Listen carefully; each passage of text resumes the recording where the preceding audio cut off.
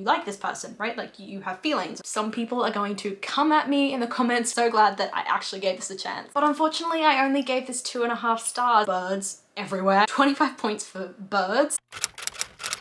Hello, I'm Beth Joey and welcome back to my YouTube channel. If you're new here, welcome. This is a channel where I paint my face, turn my camera on and talk about some books. It is the end of Spoopathon week 3 and man, the prompts have not been nice to me. I have honestly struggled for every single book to find prompts that will match because I knew what I wanted to read, but I couldn't find prompts that really suited that. I don't know, it's been an interesting week, a very, very low score kind of week compared to my other 2 weeks. Anyway, besides the point, let me run you through the books that I read in the 3rd week of Spoopathon. So we started off the week with Velvet Was the Night by Sylvia Moreno Garcia, which gave me a grand total of 25 points. And this book got a grand total of 3 stars, which I know some people are going to come at me in the comments for, but there was something about this that just didn't vibe with me. And honestly, I don't remember a ton of what it was about, but I know it's set in Mexico in the 1970s. It's set in a very, very dangerous period of time where there's a lot of political turmoil. It's based on a true setting, not a true story, but the setting is real, and it follows 2 characters, Maita and Elvis.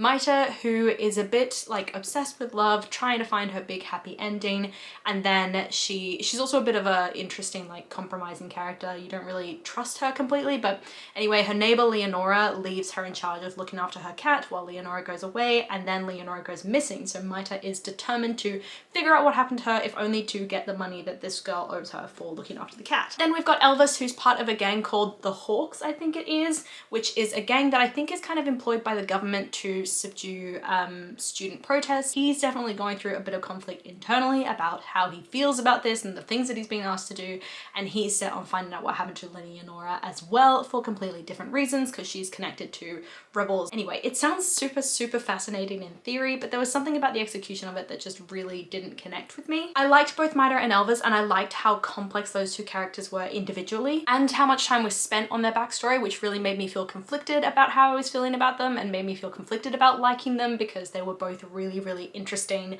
sort of morally grey characters. I found as I was going through the book, I didn't really care what was going on in the main characters' lives, but as I got further into the story and the sort of big reveals and the big fight scenes and everything happen later on in the story, I did find myself actually caring a little bit, which I was kind of surprised by. But I think the main like barrier to entry for me with this book was it felt like the sort of book where you have to do a lot of background research before stepping into the story in order to really understand the atmosphere, understand the tension. And that's not to say it wasn't well described. I just think there were a lot of parties at play, a lot of different groups, a lot of different conflicts between all these groups and different dynamics that were explained in the book, but not to a point that I really understood the history. And whilst I wouldn't say the plot was tedious, I would say that it was very slow and drawn out at times. I found myself sort of counting how many pages until the end of the chapter. So I only gave this book 3 stars. Don't get me wrong, it is a fabulous book, but I just struggled to get to the end of it, and I just don't think it's my kind of thing, which doesn't mean it's not someone else's, but I just don't think it's mine. Then I moved on to The Atlas 6 by Olivia Blake, which gave me a grand total of 75 points. So again,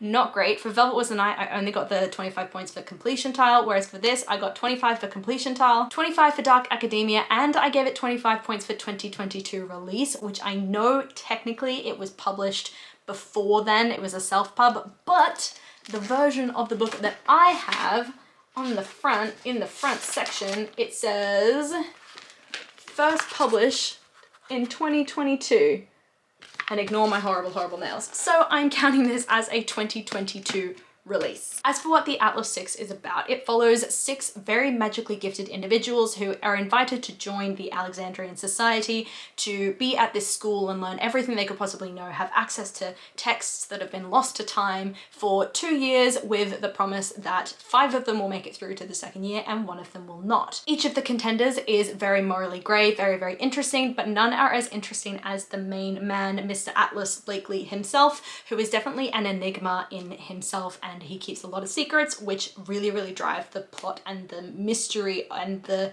sort of spooky nature, I think, of this story. But unfortunately, I only gave this 2.5 stars. And again, don't come at me in the comments because I know that like the 2 books I've told you about so far are really well loved, or at least the authors are, and I haven't liked them, and you know, like, don't hate me for that, but I don't know, it felt so intense, but so slow. Each character was really a selling point for me in this story, in that they were so morally grey and so intense and so captivating that I was just fascinated being inside their minds and understanding what was driving them and why they were acting the way they were. But at the end of the day, I struggled so much to get immersed in this story because of the writing, because it was so intense and academic and dense that 99% of the time I didn't know what was going on. I didn't understand the science behind some of the things that the characters were talking about. I didn't understand the school of thought sort of like practices that they were going through throughout the year. I felt that the year time jumped really weirdly, and I would have liked a bit more time with, you know, building relationships with these characters and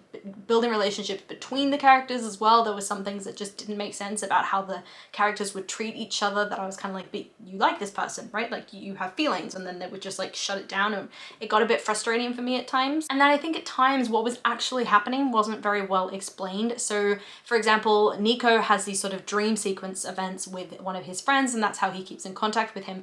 But I would take like at least 5 paragraphs into that dream sequence before I actually knew that Nico was in it and that he wasn't in the academy and this wasn't happening in real life, it was happening in a dream. It did only get 2.5 stars from me, which isn't a bad rating, but it definitely wasn't my favorite book of this week. But luckily, the rest of the week went on a massive high. Next up, I picked up Tower of Dawn by Sarah J Maas, which got a grand total of 100 points, which included no points for a completion tell, but it got 25 points for biggest fear, and that's because there's like birds everywhere in this story, and I'm terrified of birds. They're my biggest fear, and they're a fairly decent part of this story, so got 25 points for birds. It got 50 points for potions because there's a healer in this story. It centers around a healer who's definitely mixing all sorts of potions and things. And it got 25 points for favorite author because at the end of the day, that is Sarah J Maas for me. She is a favorite author of mine. As for what Tower of Dawn is about, I can't really tell you because it is like the 6th or 7th book in the Throne of Glass series, which is a series that follows Selena Sardothian, who is an assassin living in the land of Aurelia. At the beginning of the series, she is imprisoned in a prison camp called Endovia until one day 2 men come and break her out of the prison, the prince and the captain of the guard, and they offer her the opportunity of a lifetime to compete to become the king's champion. And so of course she takes them up on this offer because it means after 7 years or so of service she will be completely free and completely,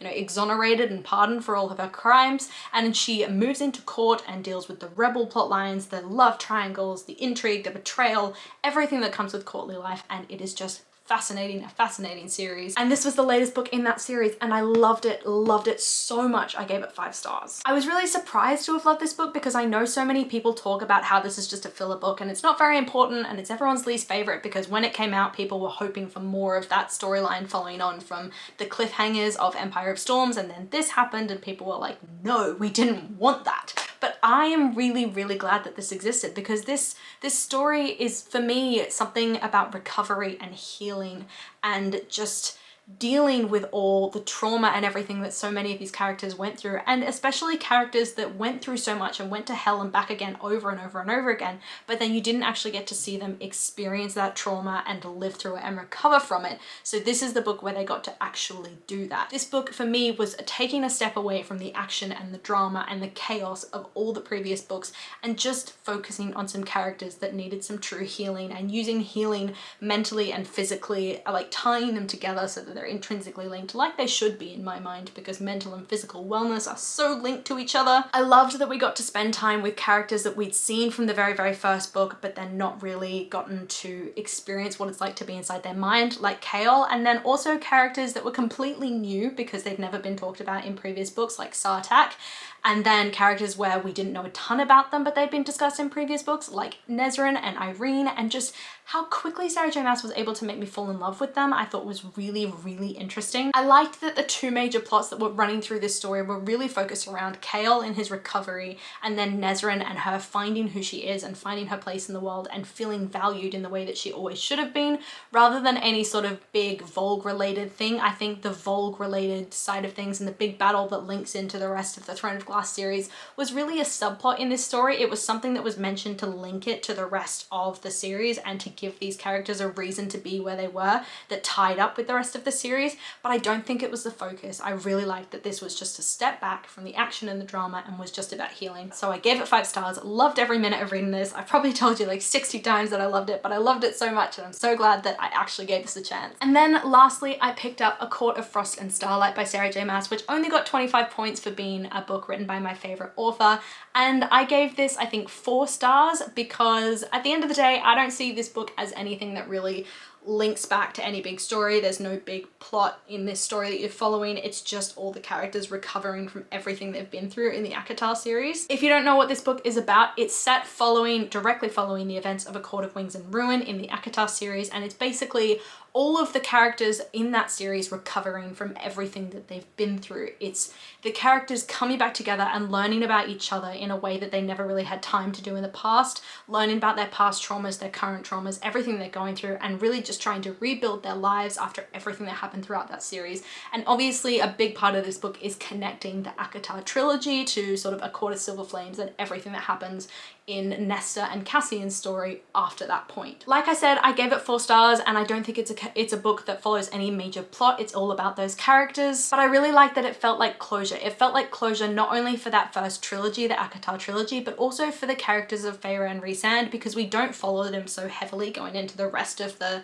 sort of ACOTAR universe, mainly in A Court of Silver Flames. Obviously that follows Nesta and Cassian, so this felt like a good closing point for Feyre and Rhysand to really come back together and just live their life a little bit and deal with everything that they've been through. It reminded me a little bit of Tower of Dawn in that it was really a book about healing, as I've probably said a million times, but it was a book really focused around rebuilding their lives and connecting the big portions of these two really, really big stories to each other through this book, just like Tower of Dawn connected the whole Throne of Glass series with the final events in Kingdom of Ash, which I am just about to pick up. This book felt like a really perfect launch point for the rest of the series, and I'm really, really glad again that I read it again. But now we are at the end of week 3. For a brief hint, this is going to be the first book that I'm picking up in the 4th week of Spoopathon, Kingdom of Ash. I'm actually going to try and smash this out as quickly as I can this weekend. I've got the audiobook, so I'm just going to smash it out as fast as I can possibly read it, because I'm so excited for this book, but also so sad that this series is now coming to an end. But yeah, in total, now that we're at the end of Spoopathon week 3, I've got a total of 900 points.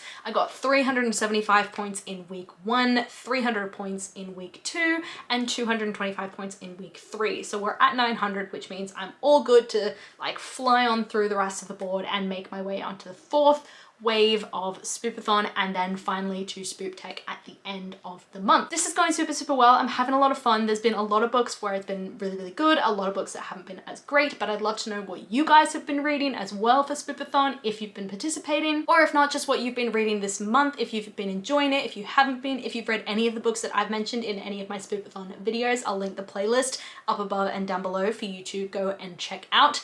Just come and chat to me in the comments down below, because I love talking to you guys and I do my best to reply to every single comment. I really hope that you enjoyed this video, and if you did, please do let me know by liking, subscribing, and hitting that notification bell all down below. It is a super easy way to help my channel grow, and I will see you lovely people in my next video. Bye!